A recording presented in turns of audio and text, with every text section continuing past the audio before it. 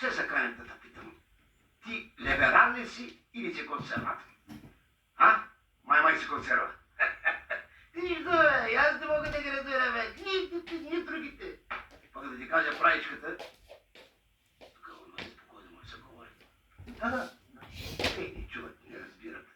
Пък да ти кажа правичката, и едните, и другите са маскари. Къде това? У вас или у нас? У вас и у нас маскари са.